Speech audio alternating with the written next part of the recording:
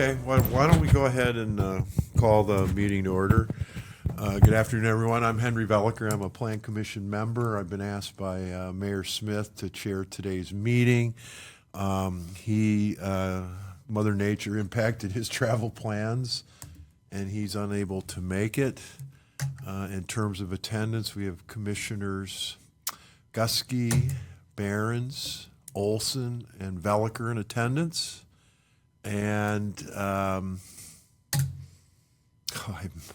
Angela, I can't think of her last name, Commissioner Angela, her last name is an excused absence. We do have a quorum, and city staff, Jared, is with us. So I guess the first item is to approve the agenda. So are there any additions or anything? I move to approve the agenda. Second. As written. Okay, great. We have a motion and a second to approve the agenda. Any further discussion? All in favor, say aye. Aye. Opposed, like sign. Motion carries. The approval of the minutes for the March 13 Plan Commission. Everybody have a chance to look at them?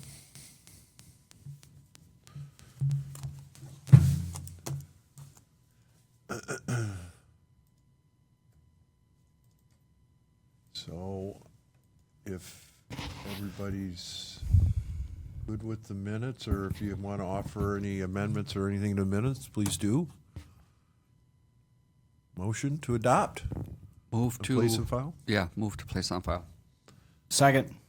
Okay, we got a first by Eric and a second by Justin to place the minutes of the March 13 meeting on file. Any further discussion? All in favor, say aye. Aye. Aye. All opposed? No. Okay, so we have one action item this evening. It's ordinance 08-2024, amendment to chapter 17.510, permitted signs. So I guess, Jared, if you would like to just review that for us, please. Happy to. Thank you very much. So this one starts on page 3 of your packets. There's a red line that starts on page, should be right there, page 10 of your packets. So this is a request that was discussed with city staff and the mayor. There's a discussion that was had from some businesses that were looking to do projecting signs, and we're questioning the 12 feet above grade height requirement, and why it was 12 after discussion. That was just a number selected for a variety of reasons to try to deter people from, jumping up and hitting it, any damage, any just interference with that sign, especially as it's a sign that's affixed to a building, and you don't want anyone monkeying with it. So after discussion and after, looking at, historical signage, a better number was thought of, was more of 10 feet instead of 12, so 2 feet less. It would also work a lot better with some of the current facades of our buildings. I do know in the past some building owners that were doing projecting signs, they did have some trouble putting it at the 12 feet, just because at that 12 feet there's usually some architectural element that they couldn't get the sign affixed to, so they had to go way above that. So there have been comments of it before, so this is just an ordinance change proposal that's been brought forward to amend specifically projecting signs and the height of them, changing them from 12 feet to 10 feet. And that would be throughout every district, the change from 12 feet to 10 feet. So happy to take any discussion, thoughts, questions. Otherwise, this would be some sort of recommendation to council, and then it would go for a public hearing, et cetera, at the council level. So happy to take any questions. I guess I have one. I'm sure you guys talked about any kind of snow removal or any other kind of thing that might end up happening on the sidewalk where I have machinery or something that. But 10 feet's pretty tall, right? I mean, this is what, an 8-foot ceiling maybe in here, 7. I don't know. I guess I'm sure you had that discussion when you were debating whether this was a good change or not, right? I mean, it's not going to impact or create any issues down the road for sidewalk maintenance. It should not. And just, I mean, as a side, I guess, comparison. So right now, our height requirement for awnings and canopies is 8 feet. I got you. So it is possible for awnings and canopies to go as low as 8 feet. So the current projecting sign would be higher than that still. Was there a driver to this, a catalyst? Like what brought this change on? So so there have been different comments from prior business owners. They were told the restrictions. They did, again, comment back on it. It was, something that we noted, but again, they followed through. They did the sign in accordance to the requirements, and so nothing more was really done with it. The Danes Hall did come forward, and they were looking to do a projecting sign, and they did have some issues with the historic nature of their building and where they could actually affix that sign. So that's kind of what sparked the discussion again. And after hearing kind of so many of these come up, that's really where the discussion continued from there. Again, you kind of hear from one, just kind of an opinion, you take it in, you hear from two, still kind of an opinion. Once you start hearing from 3, 4, 5, you bring it forward for discussion just to make sure we're on the right track. And in this case, specifically talking with the mayor, he felt that it should be lowered, given the comments he's heard. So, And so our action, if we take it, is to recommend this ordinance for adoption? yep, you could recommend approval, or you could recommend denial. That is entirely up to you And guys. because this is a zoning ordinance change, it requires a public hearing, right? And we'll do that at council? Yep, requires a public hearing. We'll do that at council, and then there will still be a first and a second reading at council. Commissioners, you got any more questions? Ready to take action? All right. Well, is there a motion one way or the other on this? I'll move to present this to council as discussed. Second? Okay, Dana made a motion, seconded by Eric, to move this ahead to the council, move it up the chain. And that's ordinance 04, 2020, no, 08/2024. Thank you, Justin. 08/2024. Okay, we got a motion. Okay, I guess we're ready to vote. All in favor, say aye. Aye. Opposed, say no. Motion carries. Unanimous vote on that. And we have some discussion items Jared would like to take us through on. So I guess it's you again, Jared. Of course. Well, thank you very much. So this item is on page 18. The first discussion item is on page 18 of your packets.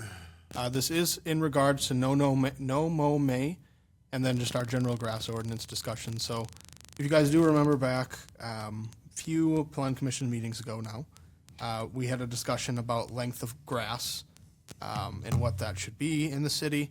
And the discussion was that it currently is 12 inches, which is 1 foot, and the discussion yielded the result of looking to lower that from 12 inches to either 6 or 9. I think 9 was the more recommended at this point. Inches tall, just because, again, 12 gets to be quite a bit, and 9 seemed to be more acceptable during that discussion. So that is something the staff is still looking at doing. Just have not gotten fully around to it.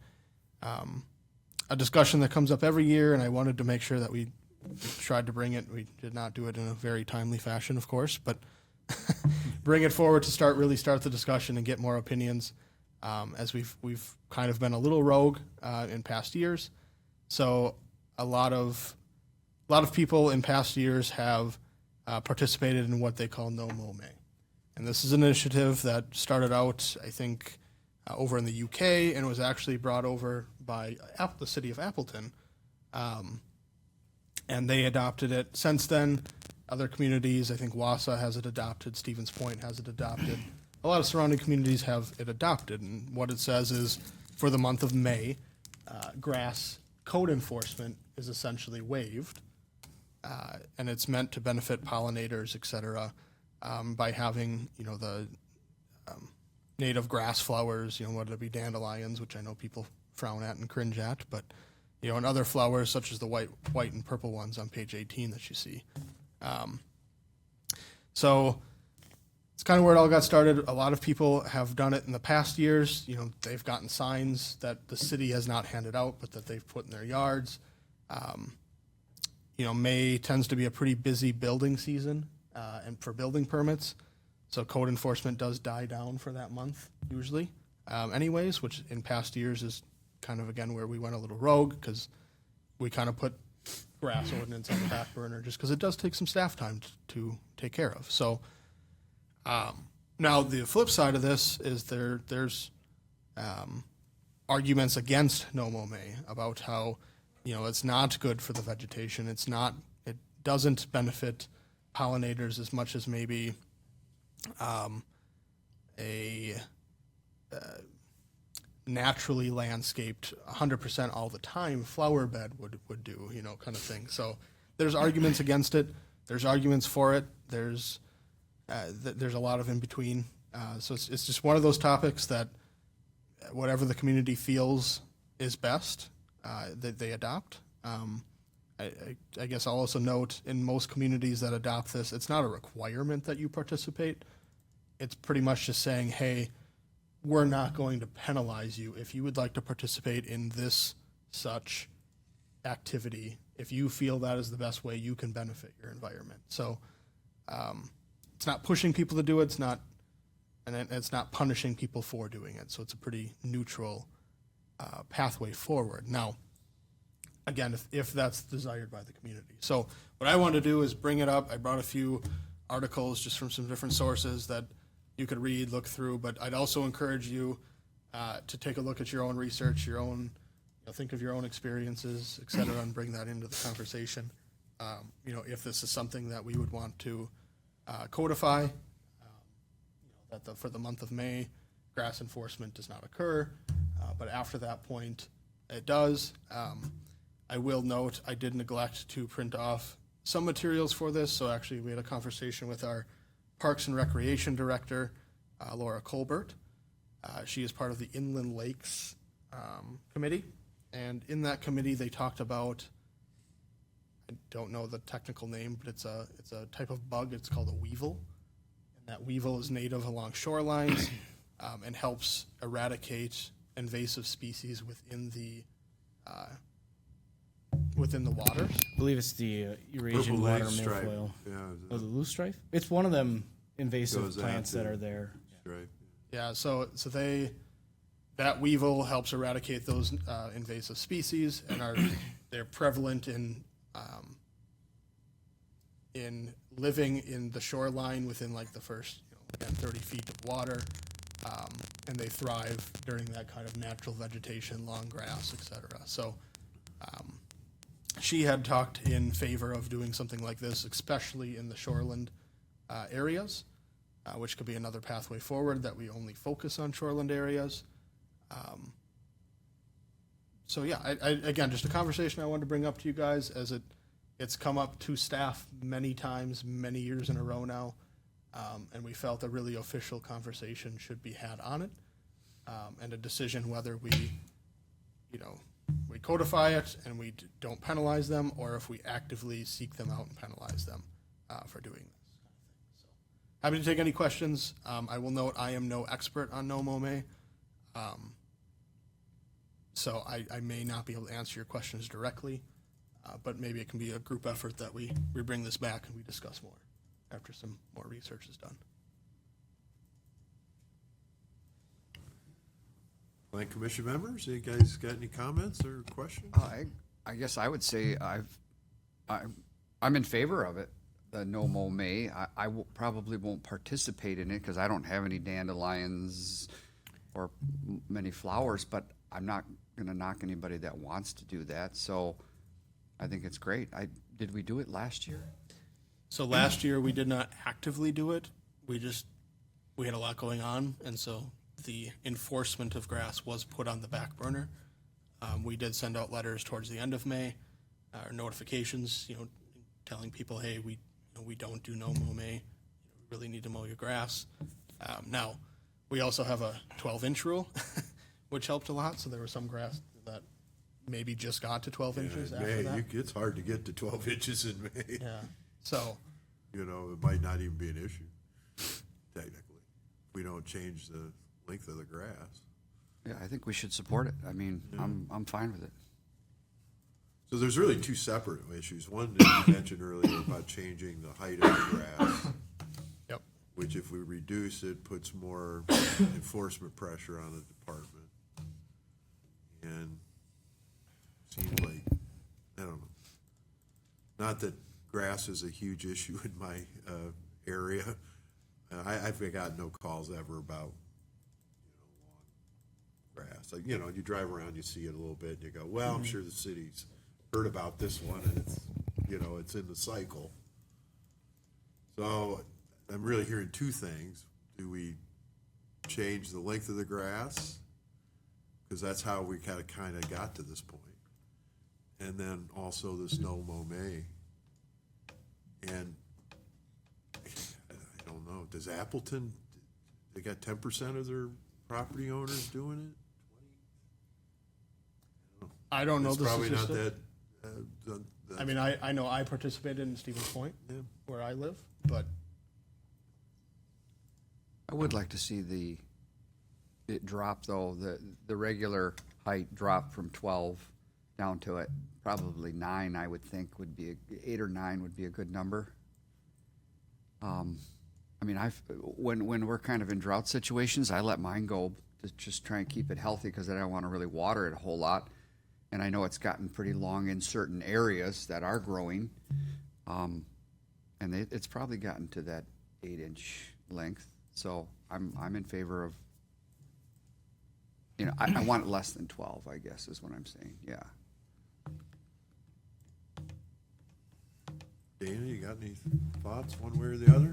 That, what Eric says kind of makes sense. If we don't enforce it till June 1st or something, that's okay with me. that's what most communities have.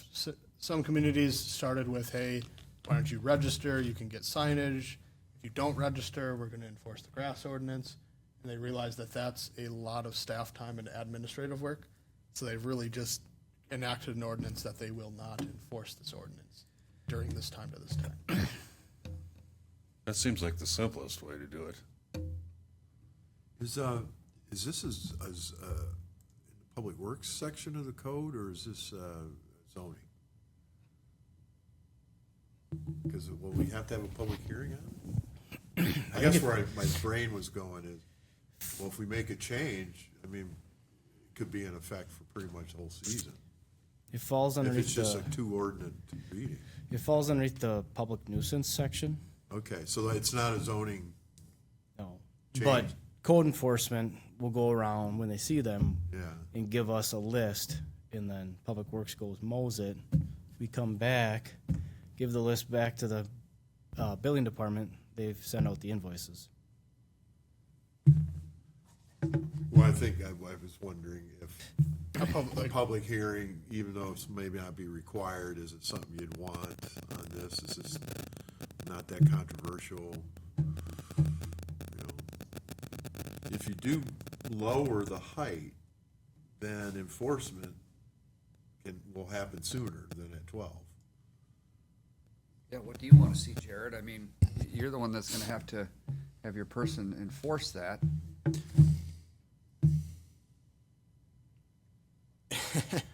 I guess I don't know that I have a strong preference. I know I've heard comments that the 12 inches and why I originally brought it forward, those that usually, so how the enforcement process works, to be fully transparent, is, if we see it, we're not out cruising every street every day. It's not possible.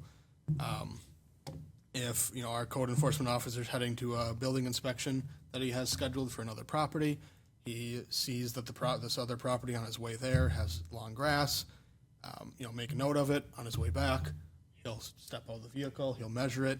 If it's not 12 inches, we note it, and we're like, oh, maybe we'll come back in 2 weeks. So we're not going to measure it every day and wait for it to just get to 12.1. and then catch them, because, again, we don't have time for that. And now if that grass was over 12 inches, at that point, we would, compile the list or let Department of Public Works know. Takes a little bit for them to mobilize to get it out, so maybe another week. So it's already probably going to sit a week or two, before it even gets mowed. So again, DPW has their own priorities that they've already had set. Maybe they got free time to do it right away. Maybe they don't. So it usually goes a week or two after even it gets to that 12 inches. So at that point, you're kind of looking at a hayfield in a way. And then when people mow that 12 inches, if they don't bag it, it turns into a hayfield. There's dead grass. And what I've heard is that's not a great image for the city. So trying to encourage people to mow it more at 9, 8 or 9, that would reduce the overall height that they're mowing. Again, it's by the time we get to it, we measure it at 8, say the enforcement process is 8. We measure it at 8 inches. By the time we get to it, it's probably going to be 10 inches. Grass grows fast. Yeah, I mean, grass grows slow. Piece of paper is 8.5, right? So pretty much this would be the length of the grass. That's pretty long. That's Pretty tall. You gotta have a hell of a motor to cut through that. You turn it sideways like this, and the length of it. Yeah. and now you're talking, 11. It's so even longer than that is what it is right now. So I think that's a good visual right there. Yeah. No, that's a good point. The mechanics of this, if we want to do this, you guys got to go back and draft an ordinance and bring it back, right? And it would have I would say just 12 to 8. adjust what we already have. We just adjust the ordinance we already have, and it would just say. along Right, the but it lines would of- take 2 readings. Yep. Right. And we won't actually get it done until, at the earliest, it would be June, or the second meeting in May. So we'd be pretty much, And I think for this year, if this is the direction we're going to take, it's probably going to be one of those things that we're still seeking answers. We're probably not going to, and it's still 12 inches. yeah. So it's going to be pretty long. So enforcement's probably going to be pretty minimal this year anyways. And it would just be one of those things that we're just looking for the answer. Do we, are we on the right path of moving forward with this? Are we not? And if we're not, then we need to make sure that maybe in May, that we actively let people know that they can't do this. That we really got to make a stronger effort and prioritize this.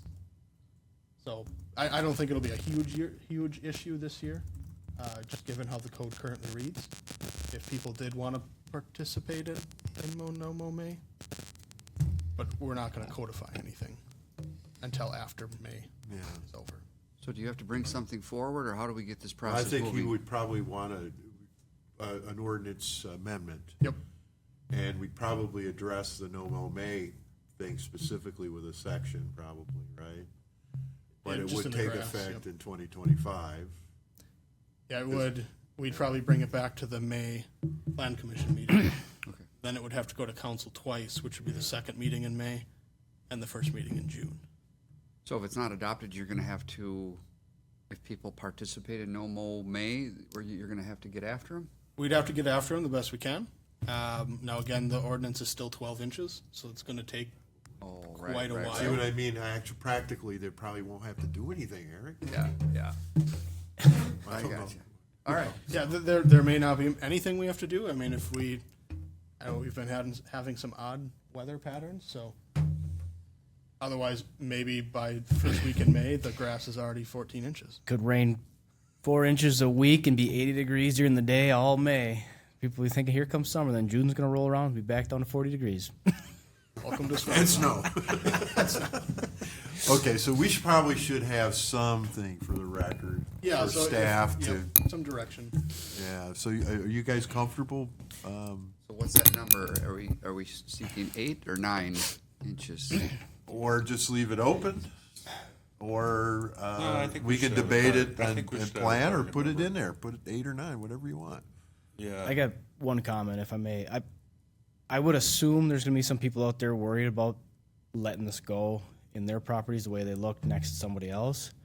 So I don't know if it's a thing where you could say, like, before June 1st, the height could be stick with the 12. After that, go down to 8. Or something like that. Well, I just don't know that you could get an ordinance unless you had special meetings, get it adopted before June. So I just think the 12 inches is there. Right. For this year, it's not going to be adopted in Right. place. It's going to be kind of a don't look, don't tell, like we've Oh, done. you were talking going forward. Oh, in the future years. Oh, okay. Right. In case we get that weird weather where this Right. things really grow. Right. From a staff admin perspective, I would say that would probably add a bit more work. So, Right. but it's an option, 100%. Right. I mean that then you could take May as complaint driven, and as soon as June rolled around, you knew, like as part of your schedule, just kind of hypothetically saying it, like, okay, the measurement comes down, and if we were going to adopt no more May, I think we'd have to target June as an enforcement month, anyways. Yeah, so typically, I mean, if you just exempt the month of May, and then really the city staff would be going out in the month of June, not worrying about it all of May, but then going out in June to view properties, gather whatever complaints came in, view those properties, see if they mowed, and then compile a list. So enforcement would happen in probably, information gathering first week, second week would be mowing. So they'd have a good, week to make sure they get it mowed, bagged, et cetera. Yeah, I was gonna say, if you're gonna encourage this in May, you don't expect everybody to be up at midnight on the midnight of June 1st mowing their lawns, so there's gonna have to be a bit of a grace period to get reorganized. But that's just a matter of enforcing. I mean, you can see if people, after the first week in June, you can see who's complying and who's not. Have you guys benchmarked other communities? Is 8, 9, is there a preference of one over the other? Not Eric's, this is your, Yeah. This is your thing, so whatever you feel, what you would like to see, then do it. But is there any guidance that way? I've not seen many 12s, but Okay, between so we 8 should and 9, change I don't know. Okay. I don't have the statistics on Okay, that. but you haven't seen many 12 inchers. That's very liberal. Maybe if we make it 8, by the time everything's said and done, it'll probably be 12 inches anyway. And, good way to do it. because there's a process, right? By the time your guy gets out there and measures over 8 inches, by the time the process is done, it's gonna be a foot long anyway. And that Potentially. property owner, 9 times out of 10 is not moving to mow. They're absentees, some health issues, are out of town, and it's not gonna get moved. But yeah. Okay, so probably staff needs a motion for direction to amend the ordinance, however you'd like to see it. And then we can always come back in May and talk some more about it and refine it as we go forward. And then council will have a kick at it too. So how about so this is a motion or a Yeah. recommendation? This is a motion? Well, I guess it would be directing. We would be directing them as a commission. Providing staff direction to move forward with okay, a so certain I would length and direct staff to pursue no mow May, and then after starting June 1st, that the acceptable level of grass be 8 inches or lower. And that would be, No- looks no like higher it- than 8 inches. Those would be amendments to the city nuisance ordinance. Well, staff will know which one. Dana, or anybody else want to second that? Oh, is that a motion? I'll second it. Yeah. Okay, so we got a motion to direct staff to amend the nuisance ordinance as far as grass is concerned, to allow for no mow May, and then beginning in June, or upon adoption, because it may be well into June or July, Or whatever. Should we make it 8.5, and then your guy can just go out there with a piece of paper? There you go. Goes to 8 inches, yeah, so from the required 12 down to 8 inches. Okay, so we got a motion and a second. Any further discussion? The this is a discussion item. I don't know if we can. I don't know make if an we need a action. motion. I think it's just giving It's staff just direction. directing staff to put something Right. together, right? So I don't. That's what I I don't thought we think were going legally on we that. can make a Well, motion, this but I is don't think that germane. really matters. Oh, no, I'm chair. I'm going to call this. Okay. This is germane. It's on the agenda. We're not taking official action. All we're doing is asking staff to create this Okay. draft document. And it ensures it may not even get past a full plan commission next month. Right, it would have You to know? go through plan commission again, and then it would Yeah. have to go to council again and all that. So it's just bringing something back for us to look at, right? Right, to take official action on. So whether you call that a motion or just directing staff to put something together. Right. I don't have a problem with it. I'm just saying I don't know Robert's rules if making a motion in a discussion item when the agenda was Oh, I see what you're saying. On the posted as on a the discussion agenda. item On the agenda, versus it's like discussion. Well, we're- discussion and possible But action. we're not taking any official action because there's nothing in front of us to take official action. Yeah, we're not All we're taking doing action. is asking, directing staff to move forward with the concepts we just talked about and discussed. And then we can come back in a future meeting and deal with it. And that would be action. And then there it would be ordinance amendment, whatever. So it would be like item 3, it'd be under action.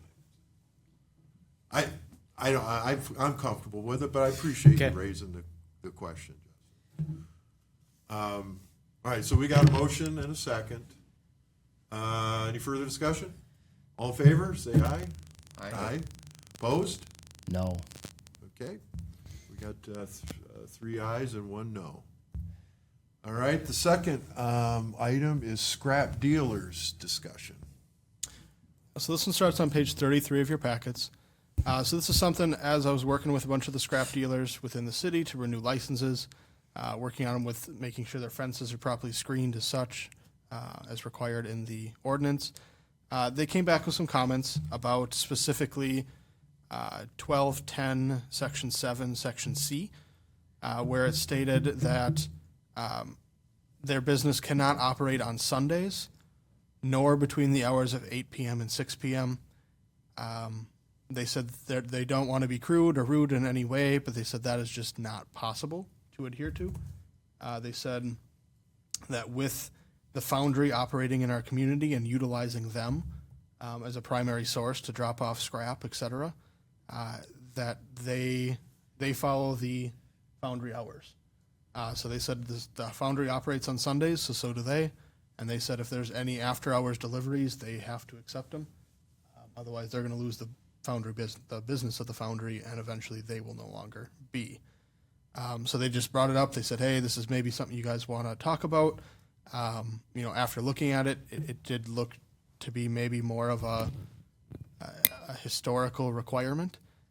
So staff did propose a change to remove Sundays out of the question and allow them to operate on Sundays, but then just add language that they should limit their business during the hours of 8 p.m. to 6 a.m. and not be full-blown operating and causing disruption. Now, it could go the other way, and you could completely take that out of there. Again, from what I've heard from every scrap dealer, it's not possible to keep it as written.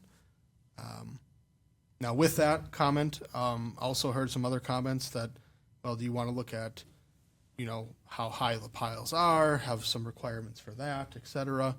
And I thought it'd be a good discussion to bring forward as well. So kind of 2 things, looking at specifically that section C that says they can't operate on Sundays right now, and they can't operate between 8 and 6, which, to be honest, is just not that enforceable and not possible for those businesses. So some sort of change happening to that, whether proposed or eliminating it altogether.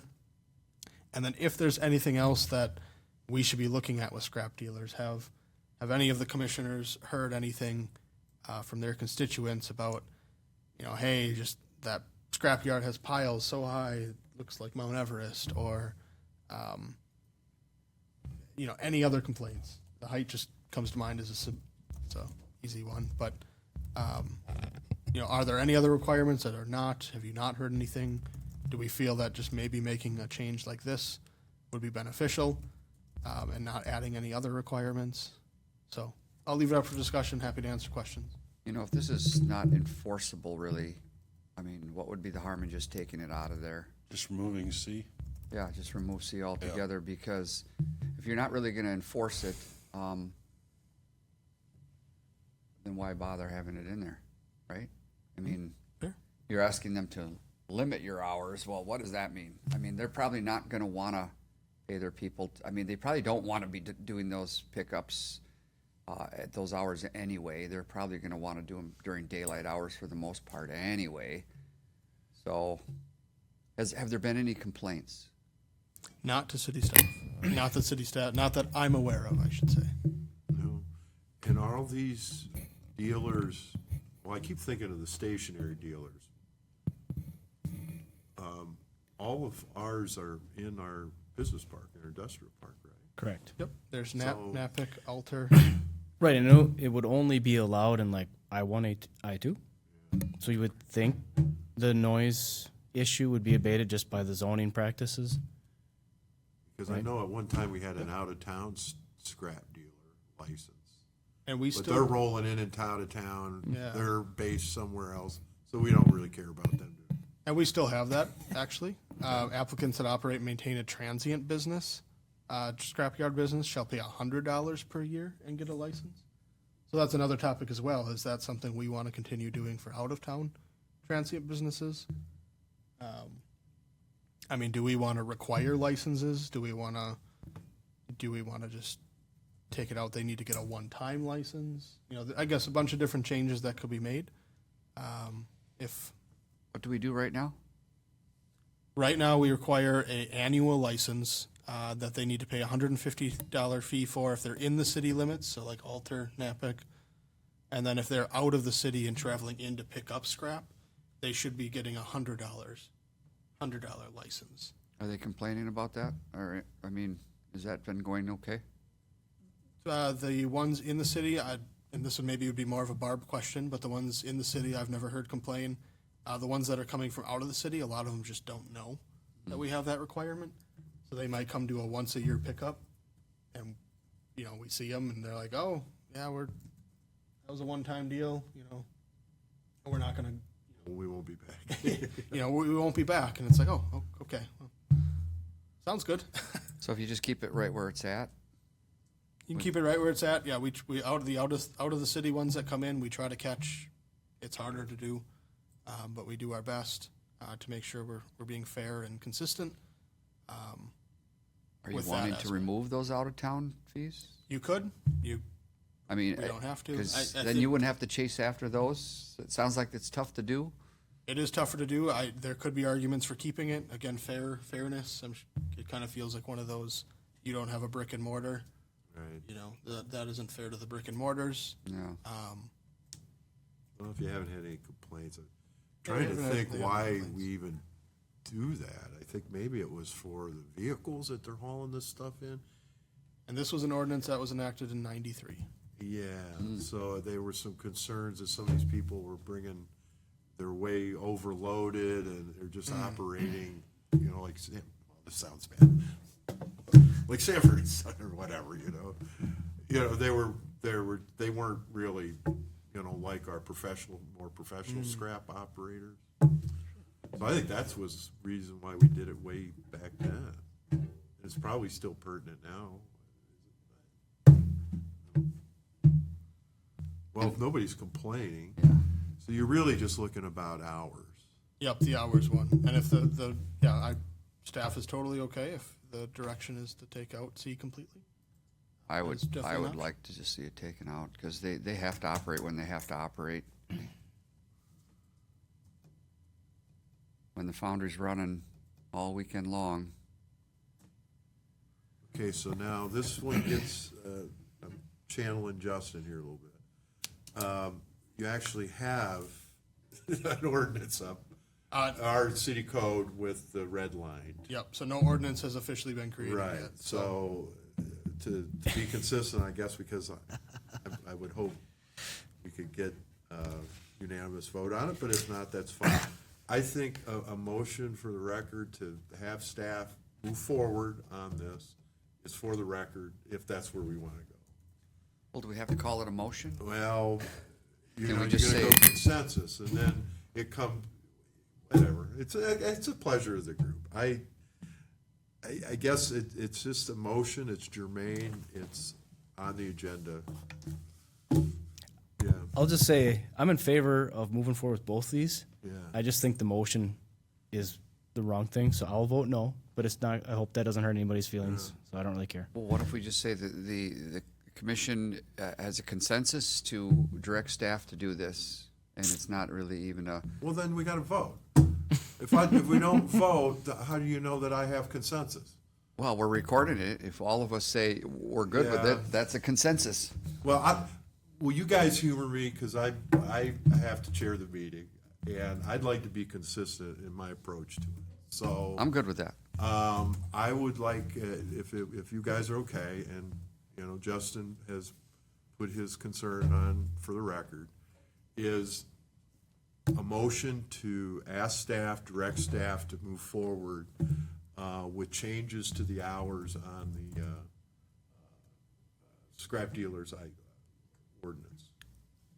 Well, I'll make a motion to direct staff to do that. We're removing C?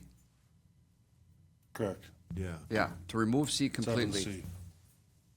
from this ordinance. And then it will come back to the plan commission at a future meeting for further discussion and action. Yes. Because there might be other things that the commissioners will want to talk about. Right, we got to get something in front of us to even look at, and then go from there towards council. Okay, so we have a motion. Is there a second? Second. We have a motion and a second to have staff prepare a draft ordinance for us to take action on or to review in a future meeting. Any further discussion? If not, all in favor, say aye. Aye. Aye. Opposed? No.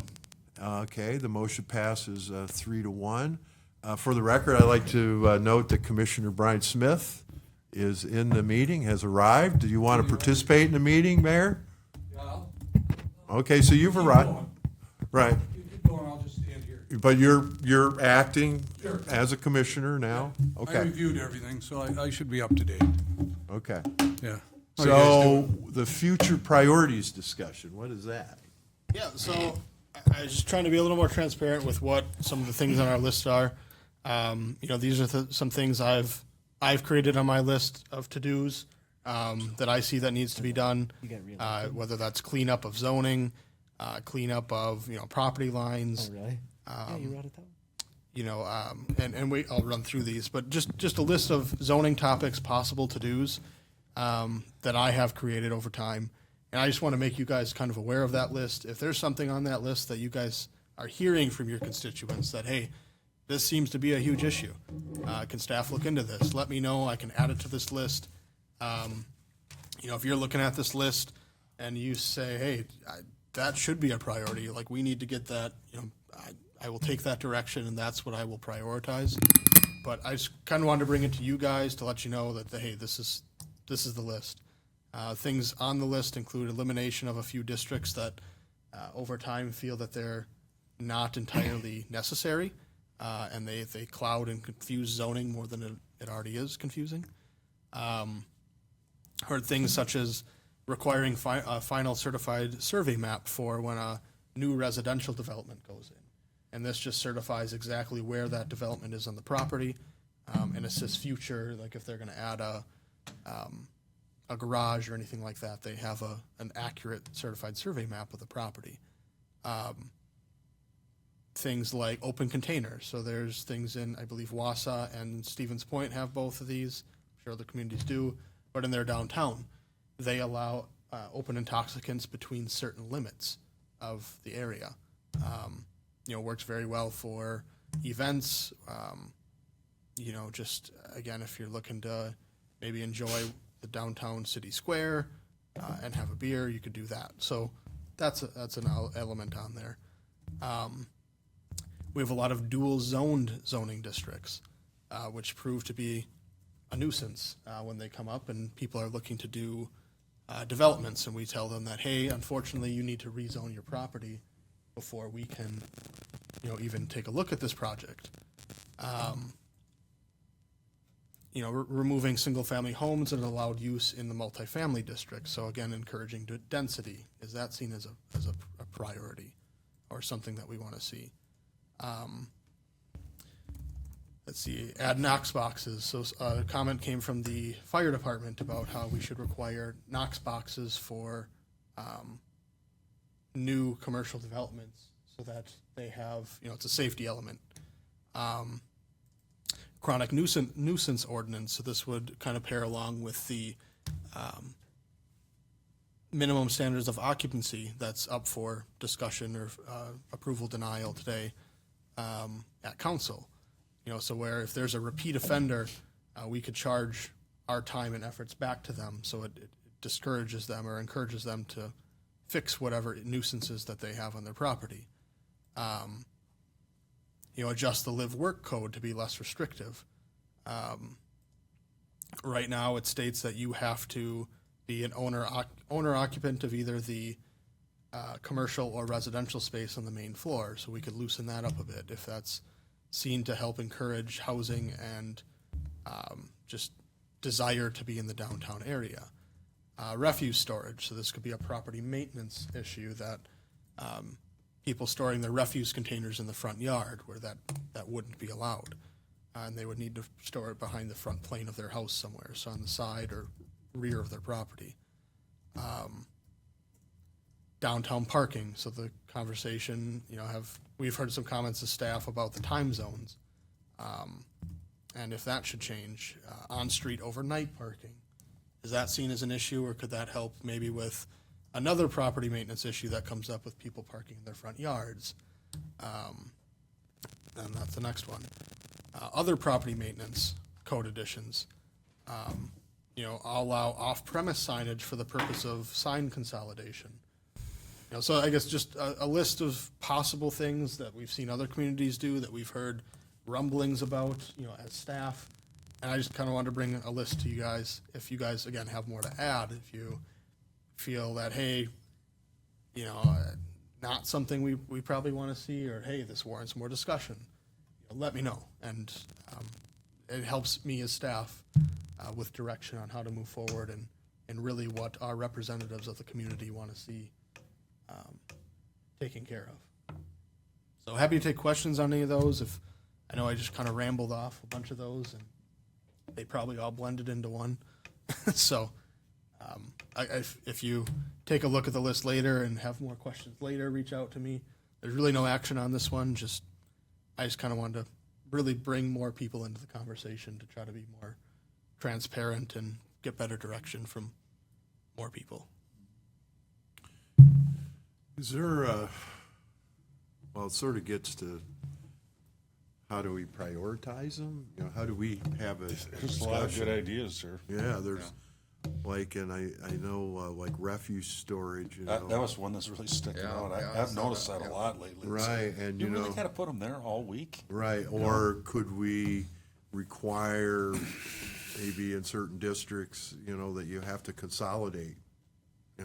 Maybe in downtown there's maybe there's a half a dozen sites that are consolidated, and that's where they're at.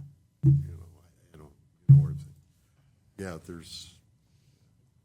I don't know how we would, move any of these forward. Yeah, some of those, like the survey, makes perfect sense, but we also get the most complaining when we try to convince them that they need a survey. And it's really for their well-being. For sure. But it costs money, and that's probably why they're complaining. So we have to figure out a way when we do implement those things that we make it so everybody it seems- understands. It seems like the dual zoning, though, that's sort of a best practice thing, right? I mean, and you've identified, maybe 10 or a dozen locations where we're dual zone? We have more than that? We do. Yeah, we do. If you would split it won't be even, but if you split the city into quarters, probably per quarter, you have 10 to 15. And it creates issues when they want to do something on their property.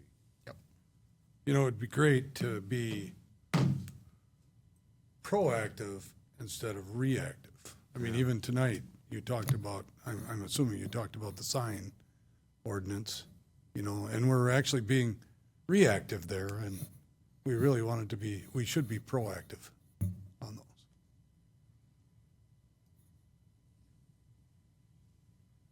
Well, you've brought dual zoning up when it was an issue. Yep, we brought it up and we fixed it when it's been an issue, and it continues to be an issue. It's one of those things that I see it as something that should be prioritized, although it is a heavy lift. You know, it does take a fair amount of staff time because we do have to go through the proper legal processes, public hearings. You know, we do have to converse with property owners, so you know, it's one of those things that we've prioritized other things and just not really acted too much on it, but it's something that really should be cleaned up. The question is just, what does it take away from? Some of these items, though, have they been discussed like in the downtown group at all? Like on the, You know, because I guess I was Changing thinking time maybe, zones? you know, some of these, maybe that group should initiate discussions and see what might work good for the business community, and then that might help us on decisions in the future.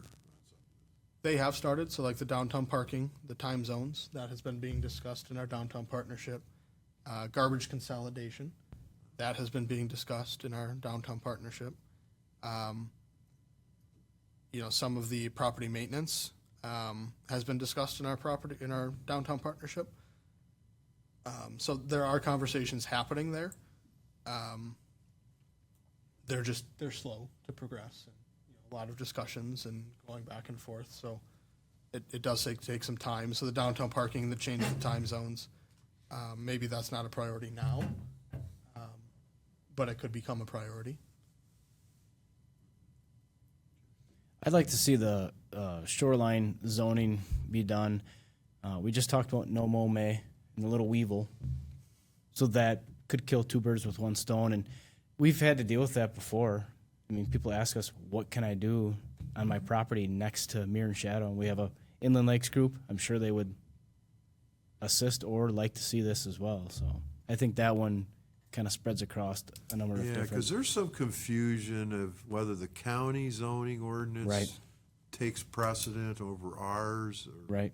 Yep. We clean that up too. yeah. So I'm hearing dual zoned is maybe a priority, and the shoreline.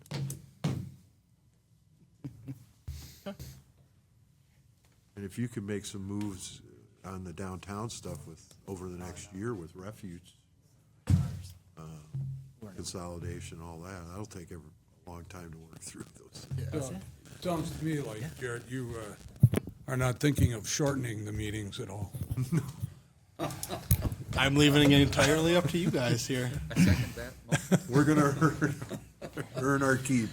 Yeah, and like I said, if there's, I'll take those few down. If there's any more that pop into your mind, if you're hearing something, just let me know. I'm more than happy to add it to this list.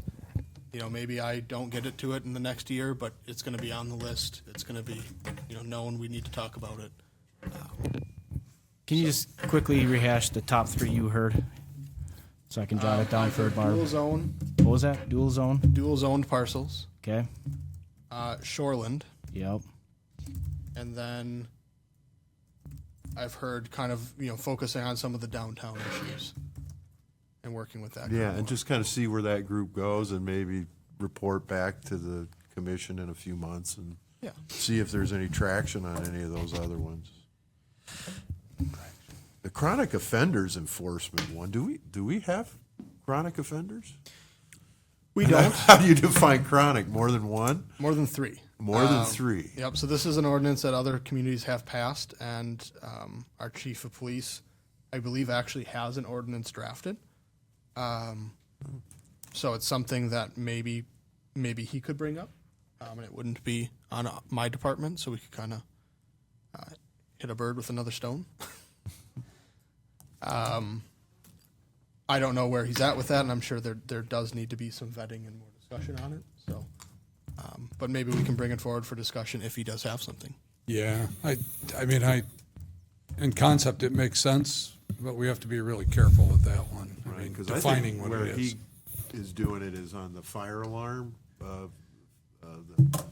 Yeah, it could be Where his just, mind is. license violations too, when it comes to liquor license and stuff like that. It could be at numerous It could be a things. slippery slope. Is Yeah. what I'm saying. Yeah, it's any violation. So it could be, you could pair a nuisance with the PD, they're constantly having to go over there for issues. You could pair, that could be one instance.